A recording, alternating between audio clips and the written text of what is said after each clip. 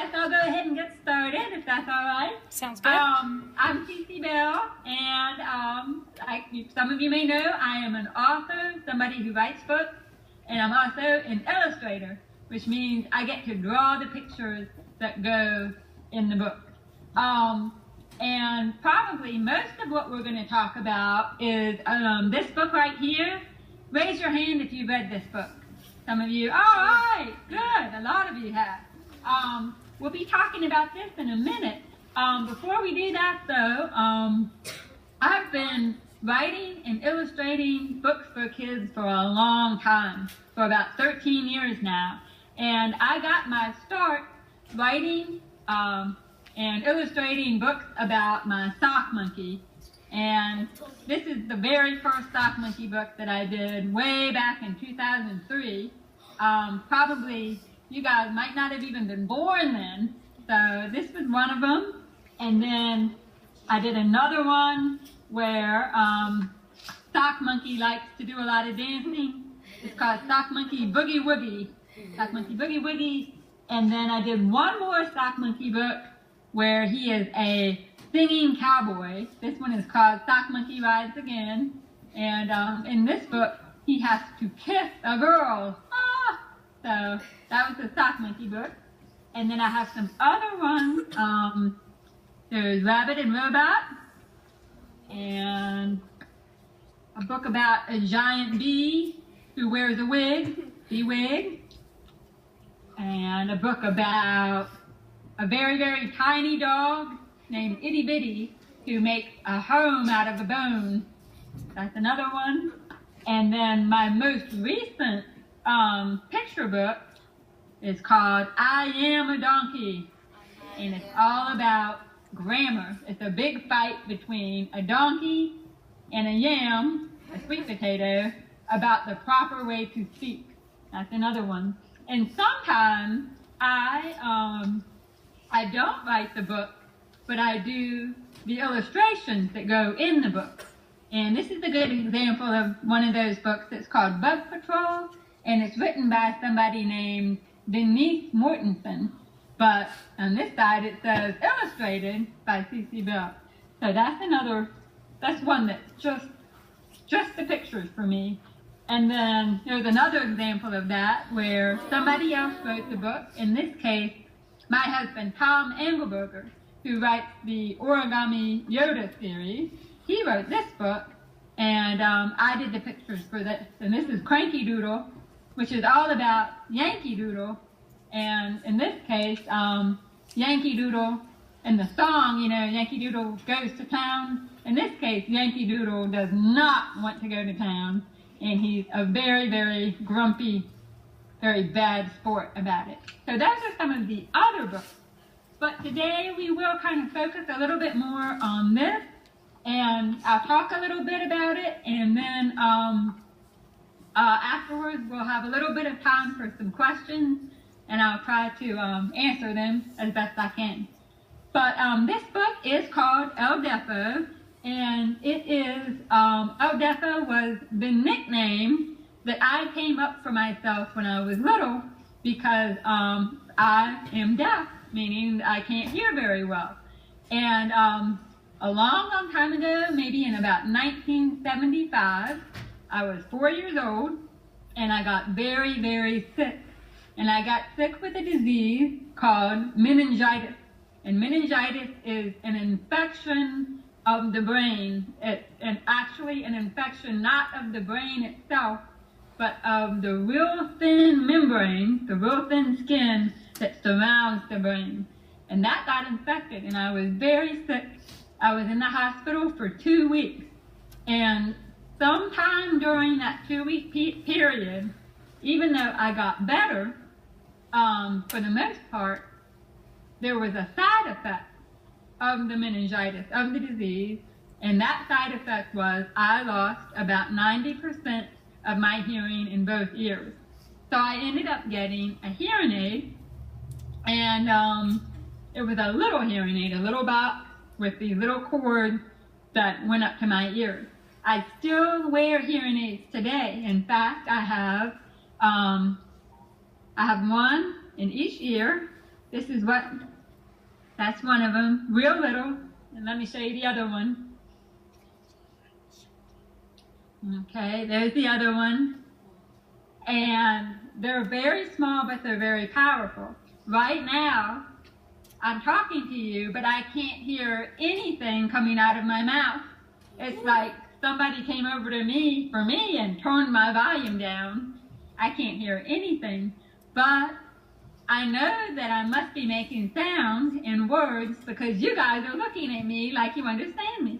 So, anyway, I'll put them back in, and voila, I can actually hear again. It's very, very interesting. But the sound from my hearing aids is not perfect. With hearing aids I can hear, but I'm not hearing exactly what a person who can hear hears. We hear very differently. And one of the main differences is I have a lot of trouble hearing consonants in speech. In other words, letters like S and T, SH, CH, M and B, those sounds, I don't really hear the hard parts of speech, but I do hear the vowels. So speech sounds very garbled to me, kind of like, you know, something like that. It's hard for me to understand. So I do something called lip reading. And lip reading is me looking very carefully at whoever is speaking to me and watching their mouths move and then figuring out what they're saying based on what their mouth is doing. And it works really well for me, but I still make a lot of mistakes with it because a lot of sounds look the same, like the word bear, like the animal, and the word pear, the fruit. I can't hear the difference between them, and they look the same. So I have to look for other clues to help me figure out what a person is saying. So a lot of people who are deaf also use sign language, you know, where they use their hands to communicate. And I have still never learned how to use sign language, but I probably will need to eventually, because the truth is I continue to lose hearing a little bit at a time as I get older. And so the difference between what I could hear as a kid and what I can hear now is different. And so eventually I think I will need to learn it to help me get through the world a little bit better. But anyway, way back when I was younger, you saw how little those hearing aids were, right? They were little. I could hold them in my hand. Well, when I was a kid, when I was going to school, I had to wear this thing. This hearing aid was known as the phonic ear, and it is featured very prominently in the book.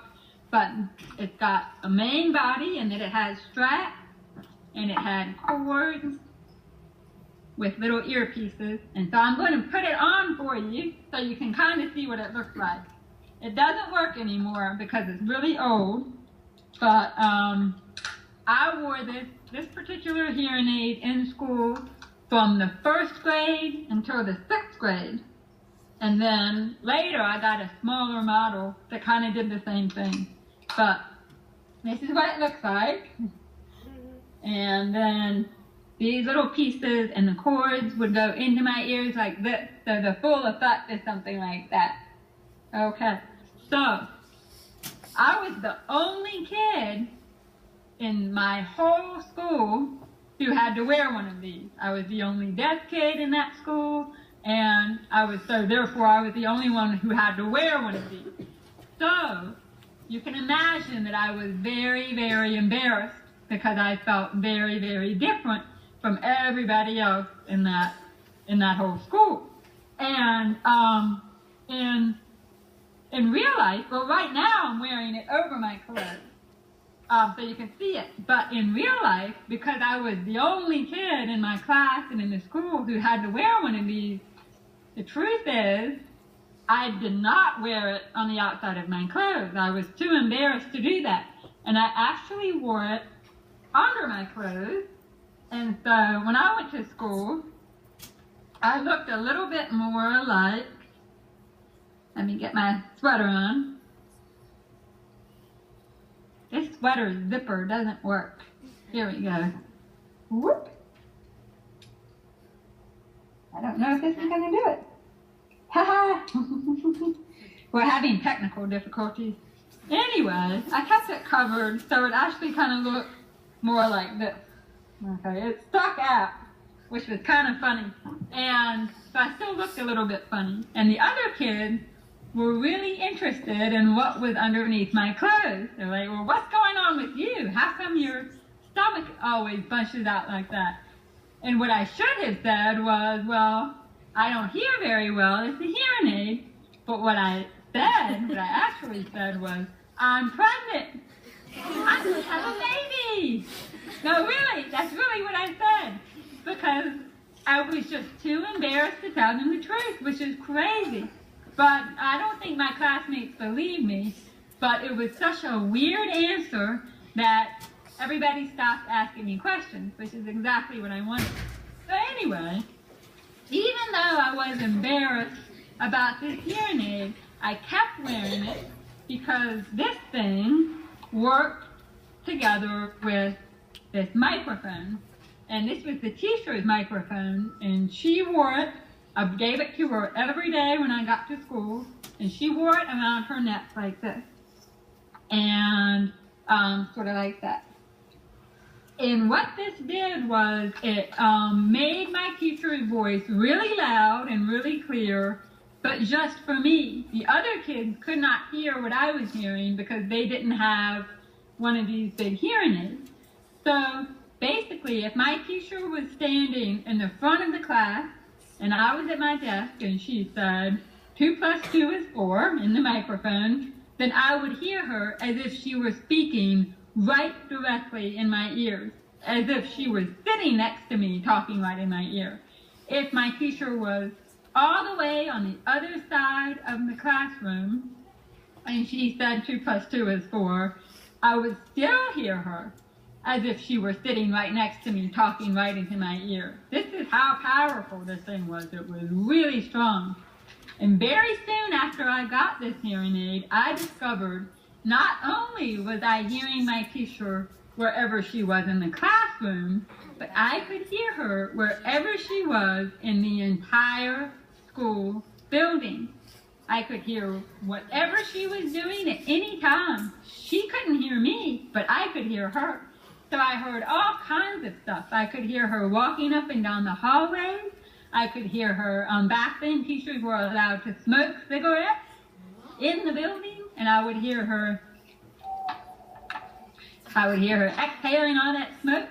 I could hear her talking to other teachers about how terrible we were, all kinds of stuff.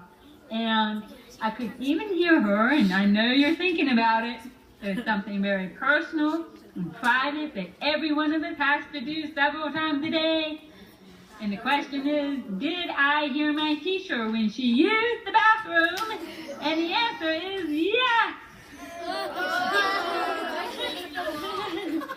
So, very cool. So anyway, lots of superpowers. So, on the one hand, I felt very, very embarrassed about being so different. And I was also very frustrated because I couldn't hear very well.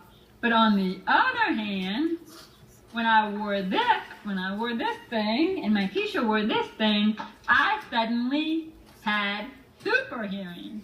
So I began to think of myself a little bit differently. Instead of feeling like this, sad little deaf girl who couldn't hear anything, I started to think of myself sort of like Bruce Wayne. And some of you may know that Bruce Wayne is that dude who has a lot of money, and he uses his money and buys all this technology that he straps around his belt, and he turns into Batman. And I thought about that, and I thought, wait a minute, I'm strapping on this technology every single day, and it gives me superpowers, and it transformed me, at least in my mind, into Deafo, a superhero. So that helped me a lot in school. And it really did help, but one of the main problems was I did not tell, for years and years, I did not tell my classmates what I was hearing, or the fact that I could even hear the teacher wherever she was in the whole school. So it really didn't do me much good. But eventually, I met somebody who happened to be a boy, who happened to be the cutest boy I had ever seen, who happened to be the boy that I had the biggest crush on in the whole world. And I loved this boy. And his name was Mike Miller. And Mike Miller was the first person I ended up telling about my hearing aid.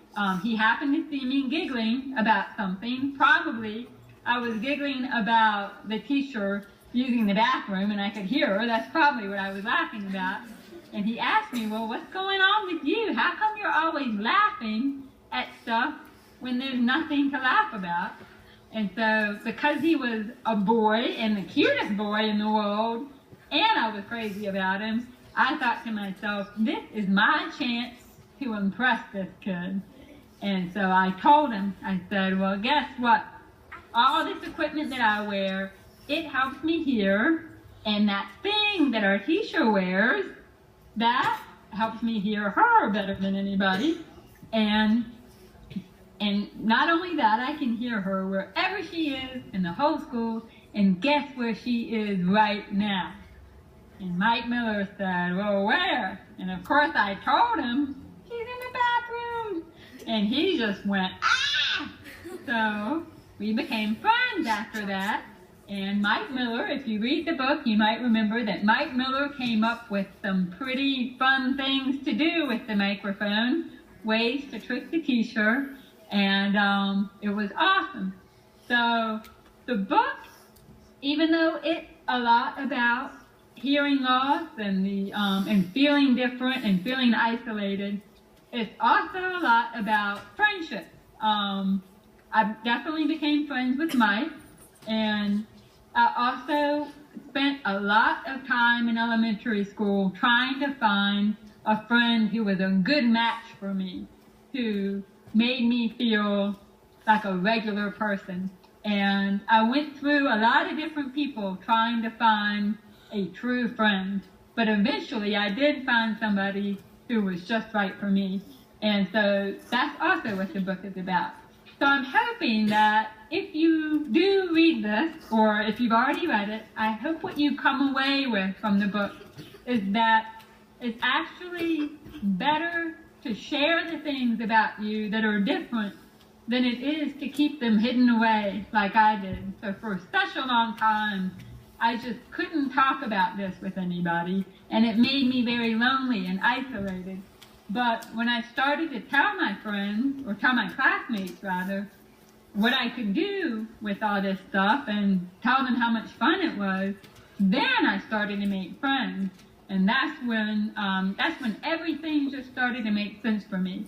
So I hope that you guys will realize that the things about you that make you different, or that you're kind of embarrassed about, often end up becoming your superpowers. That's what makes you awesome. So that's most of my presentation. And so now, if we have a little bit of time for some questions, I would be happy to answer them. I have about 10 minutes. So does anybody have any questions? For questions, I'm hoping that kids can come up. Yep. And work like we did the last time. You got it. Here they come. Thank you.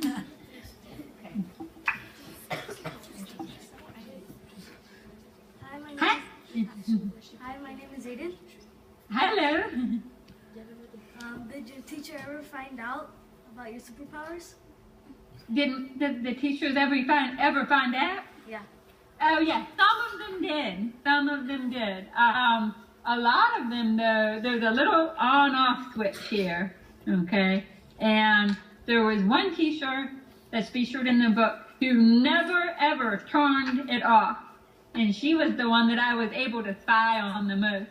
But a lot of them figured it out. And then usually teachers from the year before would tell my new teachers they would give them a few tips, and so a lot of them did figure it out, which is too bad, but a lot of them forgot. So there you have it. Thank you. Thank you. You're welcome. Hi, my name is Kevin. Hi. What inspired you to make a book of your life? Say that again? What inspired you to make a book of your life? I'm going to ask your teacher to repeat that. What inspired you to make a book Oh. of your life? Oh, okay. I got you now. Sorry about that. Well, I was sort of really ready to finally tell my own personal story. And I often have had a lot of trouble just telling people the truth, which is I can't hear very well. And I was sort of angry at myself for not being able to say that easy fact. I mean, there's nothing to be ashamed of in that. And so I felt like if I write a book about it, then the whole world will know, and then I won't have to tell anybody, they'll know. And I was also inspired to write this particular book because I love the book Smile by Raina Telgemeier. And I thought, if she can do it, I can do it. And so that's a lot of where it came from. Yeah, good question. Thank you.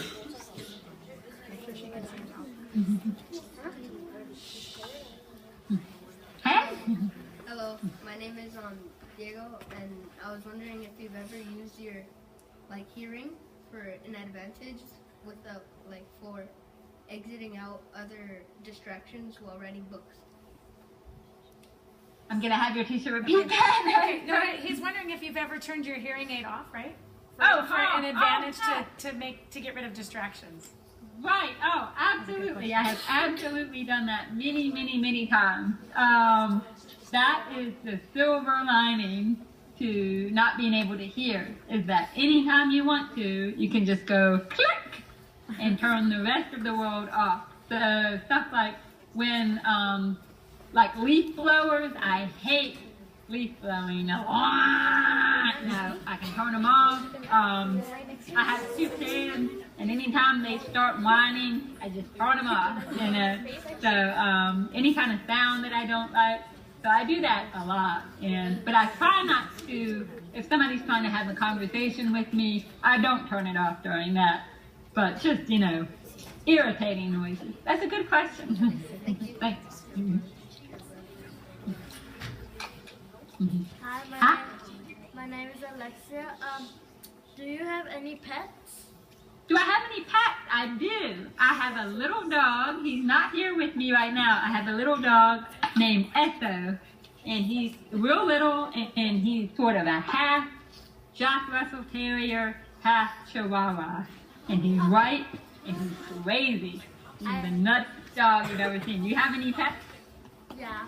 Have any? You do? I have a puppy, a Chihuahua, half Terrier, and his name Nice, okay. his name is Bruno.